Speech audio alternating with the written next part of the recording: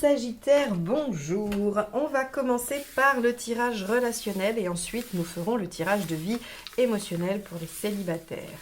Si vous voulez la présentation des tarots, je fais tout ça à la fin de la vidéo, donc n'hésitez pas à rester jusqu'au bout si vous voulez voir les tarots que j'utilise et avoir quelques infos sur la chaîne.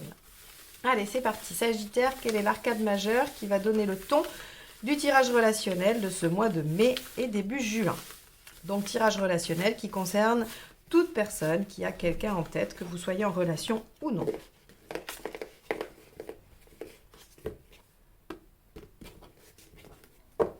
Ça peut aussi concerner amis, famille.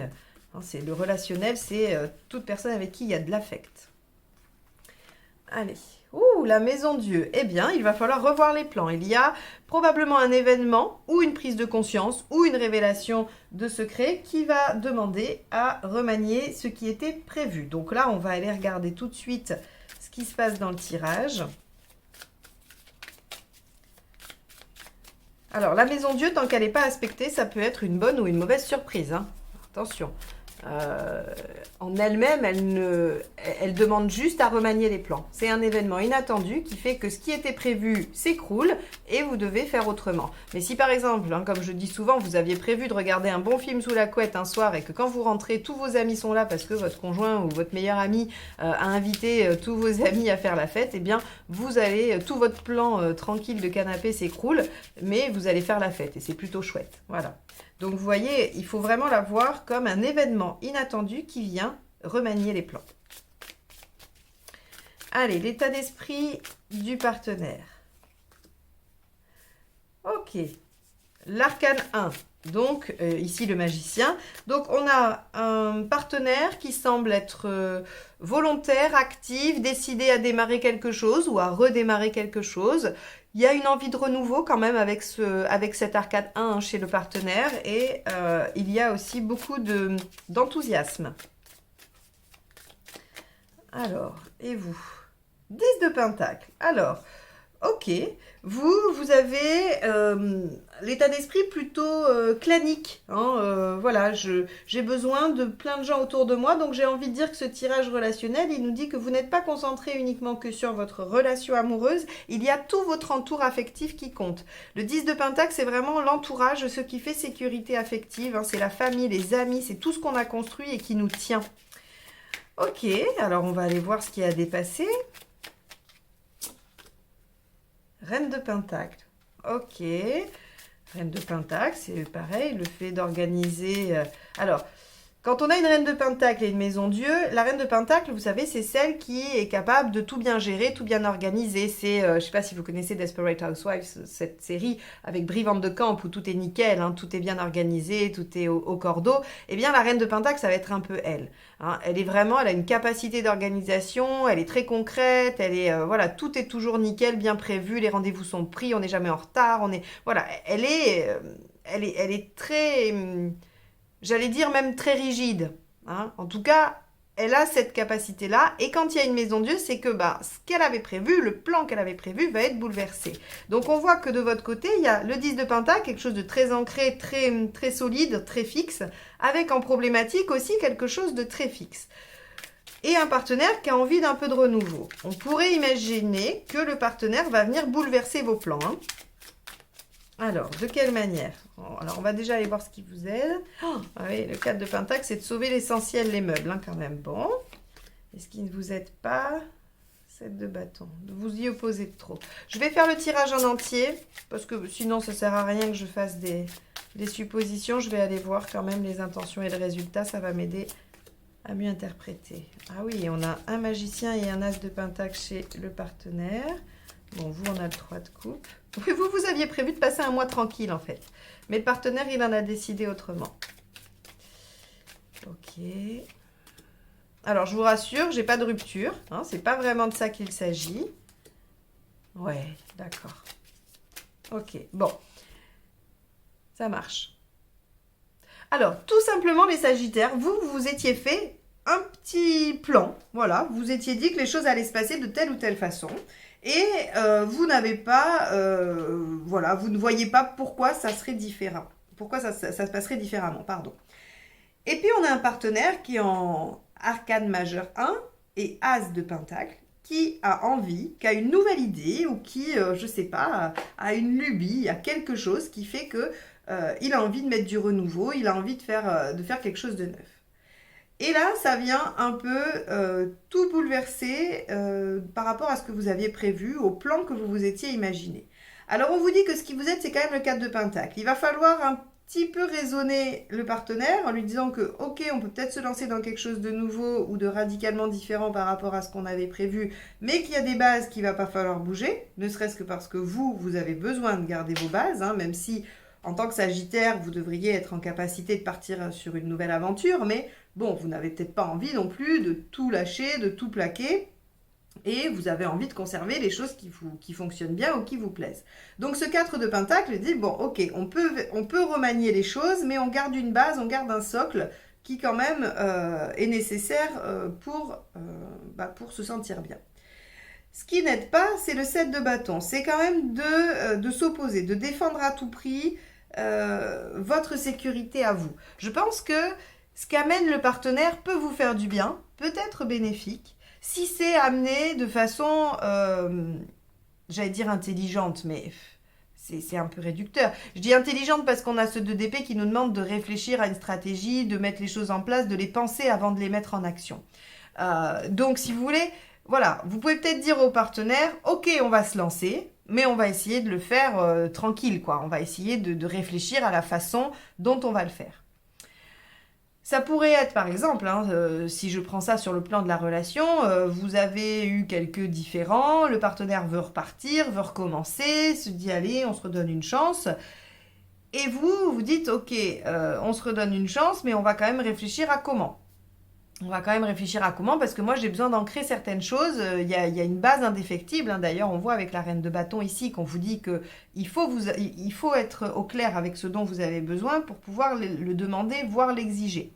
Donc, le partenaire va avoir une énergie assez impulsive, assez vive, assez rapide, et vous allez peut-être venir le tempérer. Pour autant, ne bloquez pas cette impulsion, elle est positive, elle est bonne pour vous deux.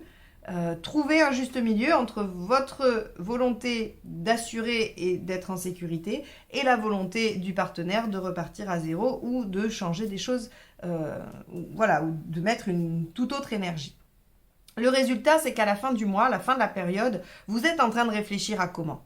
Donc, si vous suivez ça, a priori, vous arrivez à trouver un compromis, à vous mettre d'accord et à essayer de trouver des solutions pour mettre les choses en œuvre. Vous avez envie de vous amuser. En fait, ce qui se passe, c'est que sur ce mois de mai, vous avez envie de garder votre sécurité et de passer du bon temps. Donc, vous n'avez pas envie de vous prendre la tête. Vous n'avez pas envie de vous questionner. Vous n'avez pas non plus envie de faire d'efforts. Vous avez juste envie que les choses soient agréables et sympathiques.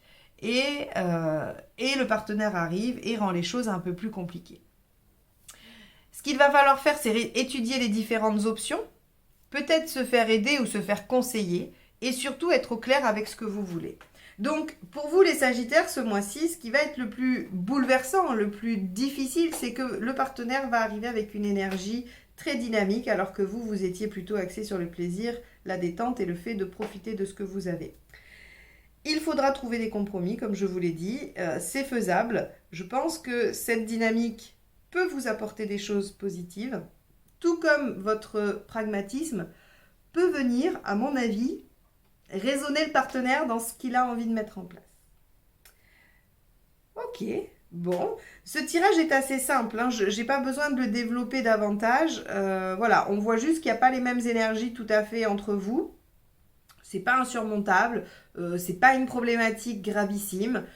Si vous arrivez à ne pas être dans ce 7 de bâton qui vous oppose et qui fait que tu arrives avec tes gros sabots et toute ton envie alors que moi je voulais être tranquille donc je ferme tout. Si vous n'êtes pas dans cette attitude et que vous dites ok, c'est pas vraiment ce que j'avais prévu, il va quand même falloir que je puisse faire mon petit 3 de coupe et que j'ai des moments tranquilles et que tu m'assures une certaine sécurité et qu'on va pas tout bousiller ou qu'on va pas tout remettre en question.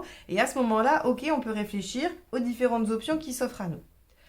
Voilà un peu comment ça va se goupiller pour vous. Ok, on va passer au tirage de vie émotionnelle. En attendant, je me permets de vous rappeler que je propose des formations au tarot arcane majeure et arcane mineure et que si vous souhaitez vous y inscrire, eh bien, il y a des dates prochaines, 20 et 21 mai, et aussi sur des matinées de juin pour les arcanes mineures. Donc n'hésitez pas à aller voir sur mon site, vous avez le lien juste en dessous.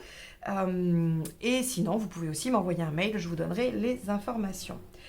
Si vous souhaitez soutenir la chaîne et m'aider à la développer, m'encourager à continuer mes guidances, n'hésitez pas à vous abonner et à cliquer sur la petite cloche ou sur le pouce j'aime, parce que ce sont des choses qui rendent la chaîne plus visible et qui du coup pour moi sont une belle reconnaissance. Ça vous prend que quelques secondes, c'est rapide et pour moi c'est très important. Donc si vous ne l'avez pas encore fait et que mes vidéos vous plaisent, eh bien n'hésitez pas, merci de le faire. Et puis merci à tous ceux qui sont là aussi depuis longtemps ou récemment. Allez, c'est parti, on y va sur le tirage de vie émotionnelle. Donc là, soit vous êtes célibataire, soit vous êtes en démarche personnelle par rapport, ou en tout cas en travail personnel par rapport à votre vie émotionnelle et sentimentale. Allez, on va aller voir.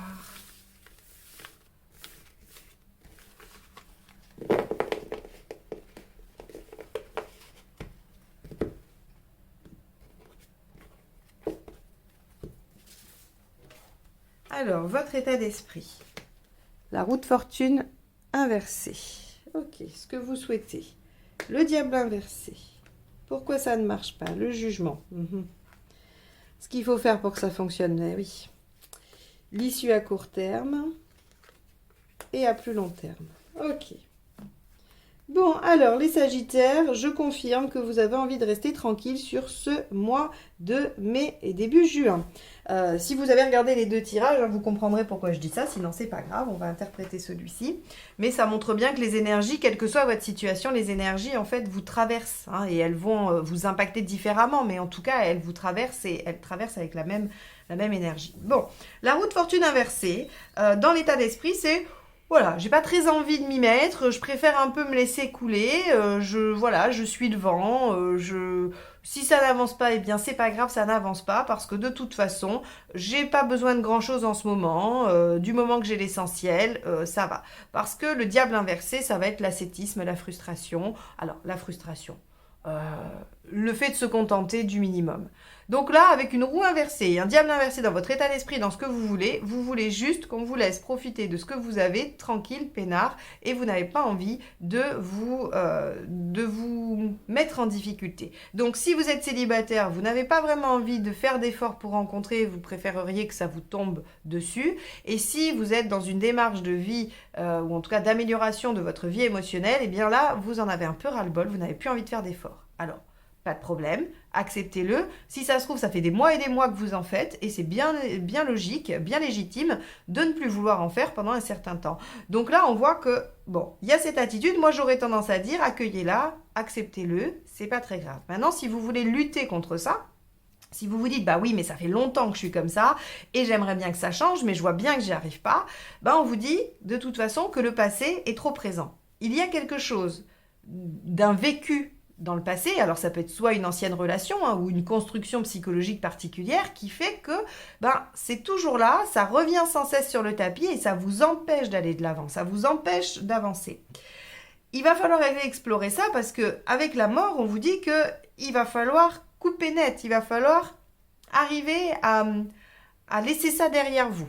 Donc soit c'est une expérience traumatique, et encore une fois, c'est pas forcément une relation de couple traumatique, ça peut être des événements en lien avec d'autres ou qui ont eu un effet sur votre relation aux autres.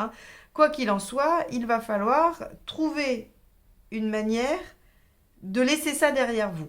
Alors, la façon, peu importe, j'ai envie de dire, vous allez trouver celle qui vous convient. Certains, ça va être de se dire, ok, à partir de maintenant, je fais autre chose, je n'y pense plus, je me lance dans quelque chose de nouveau, je m'occupe l'esprit. Pour d'autres, ça va être, ok, on va aller mettre les mains dans le cambouis et on va aller voir un thérapeute et on va creuser et on va aller dénicher ça. Pour d'autres, ça va être faire des lectures qui vont permettre de faire des liens, d'avoir une certaine compréhension de la situation. Peu importe la méthode que vous utilisez, j'ai envie de dire, il faut que vous trouviez la vôtre. Il faut que vous trouviez la bonne méthode pour vous. Quoi qu'il en soit, si vous vous demandez pourquoi vous n'arrivez pas à avancer, c'est parce que le passé se représente systématiquement, soit de façon concrète, hein, et il y a peut-être une situation qui fait ça se remet tout le temps au goût du jour, vous vous retrouvez tout le temps dans la même situation, ou bien c'est dans l'esprit, dans les pensées, une situation qui vient bloquer les choses pour vous. Donc, un changement radical avec l'arcane 13, le fait de laisser derrière soi, de couper, on va être vraiment dans j'éradique les choses, quoi. Hein. Donc là, et je fais peau neuve, je laisse un peu le champ en jachère. Et si je dis ça, c'est parce qu'on a l'empereur. On vous dit que dans un futur immédiat, il va falloir accepter que ça stagne un peu. C'est-à-dire qu'à partir du moment où vous allez avoir fait ce nettoyage, il va y avoir un temps de cicatrisation, d'apaisement, de guérison, vous voyez, hein, un laps de temps, en tout cas juste après, qui vient laisser reposer. C'est un peu comme quand on a remué de l'eau boueuse, je ne sais pas si ça vous le fait, si vous marchez dans un lac ou quelque chose comme ça, l'eau au départ elle est claire, vous marchez, ça va secouer, ça va aller remuer ce qu'il y a au fond, du coup l'eau devient trouble, et il faut un certain temps pour qu'à nouveau elle redevienne claire, le temps que tout ce que vous avez remué vienne se déposer au fond. Et bien ici on vous dit que c'est un peu la même chose. Une fois que vous allez avoir arraché ce qui vous fait mal, eh bien, il va falloir un petit temps avant que ça puisse repousser par derrière. Et donc, on vous dit que ce temps-là, il va être nécessaire pour que vous puissiez vous recentrer sur vous. Alors, le monde inversé n'est pas une carte qui dit qu'il y a un échec. C'est juste qu'en fait, on n'est pas encore au bout. On n'est pas encore à la finalité de la chose parce qu'il va falloir quand même se recentrer sur soi, ne pas s'éparpiller et il va falloir aussi être bien au clair avec ce que l'on veut. Avant d'aller courir après ce qu'on veut, il faut définir ce que l'on veut. Et ici, c'est ce que nous dit le monde inversé.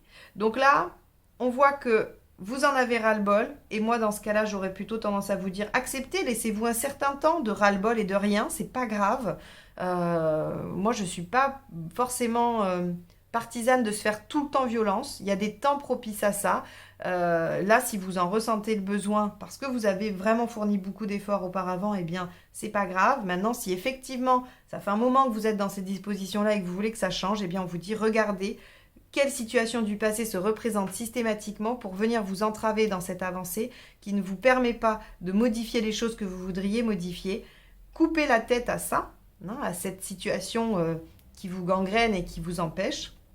Et patienter le temps de guérison, le temps de cicatrisation pour vous recentrer sur vous et sur vos besoins fondamentaux en vie émotionnelle et affective. Qu'est-ce que vous cherchez ? Vers quoi vous tendez, hein? Si vous êtes en recherche d'un partenaire, qu'est-ce que vous attendez de ce partenaire? Qu'est-ce que vous voulez qu'il vous fasse vivre? Qu'est-ce que vous voulez vivre avec cette personne? Et si vous êtes en recherche d'être apaisé dans votre célibat ou dans votre vie émotionnelle, parce que quelle qu'elle soit, eh bien, questionnez-vous de ce dont vous avez réellement besoin pour être serein et en paix dans votre vie émotionnelle. C'est un mois favorable à l'introspection, favorable aussi à terminer quelque chose. Ce serait intéressant que les astrologues nous disent si dans le signe du Sagittaire, il y a quelque chose qui pourrait, astrologiquement parlant, venir marquer une fin de quelque chose et une possible guérison.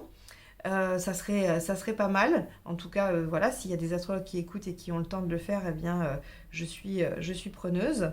Je trouve que c'est toujours très intéressant d'aller tout coupler pour avoir une vision plus globale.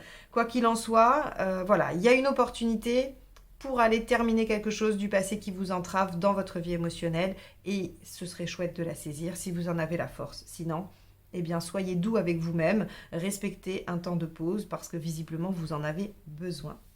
Voilà pour vous les Sagittaires, j'espère que ce tirage vous aura donné des pistes, vous aura permis de cheminer dans votre vie émotionnelle, c'est son seul objectif, il n'a pas d'autres prétentions. Si vous voulez la présentation des tarots, elle est juste après, donc restez. Et sinon, eh bien, je vous dis à très bientôt et un excellent mois de mai. Bye bye.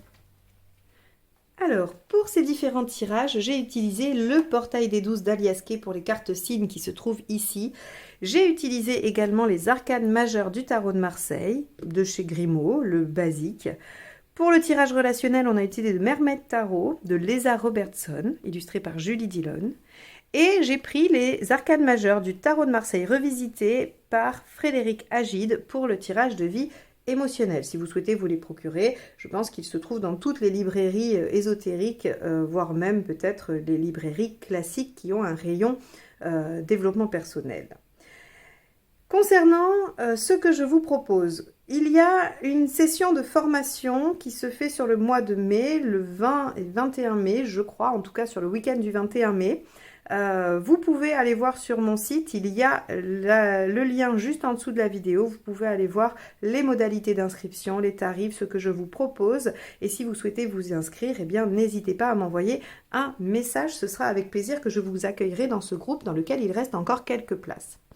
Je vous propose aussi des guidances personnalisées, comme je le disais au milieu de la vidéo. Donc n'hésitez pas également à aller voir sur mon site de réservation pour trouver le créneau qui vous convient, la durée de séance qui vous convient. Et je serai ravie de vous avoir en guidance personnalisée. Voilà pour ce mois-ci. J'espère que vous avez apprécié les guidances et que vous apprécierez aussi que je mette la présentation à la fin pour vous laisser le choix ou non de la regarder. Et comme ça, les vidéos commencent directement sur vos tirages. Je vous souhaite un excellent mois de mai et un bon début de mois de juin. Et je vous retrouve très vite pour les guidances générales. À bientôt. Bye bye.